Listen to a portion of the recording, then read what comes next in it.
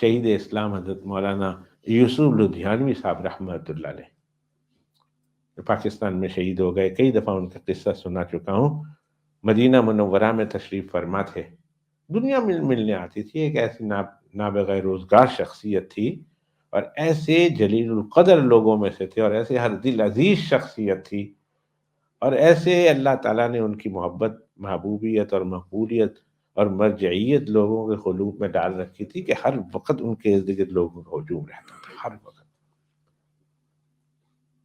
تو ان کے ایک خادم خاص فرماتے تھے اتنی مشغولیت کے باوجود بھی، اتنی مشغولیت کے باوجود مکہ حرم شریف میں چلے جائیں تو حرم شریف میں لوگ انہیں گھیر لیتے ہیں. کمرے میں جائیں تو پاؤں تل دھرنے کی جگہ نہیں ہوتی، پاؤں رکھنے کی جگہ نہیں ہوتی.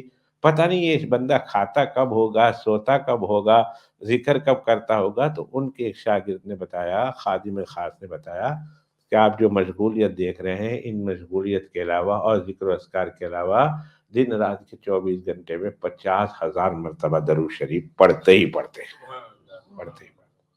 مولانا یوسف علی، مولانا حضرت مولانا یوسف لدھیانوی شہید رحمۃ اللہ.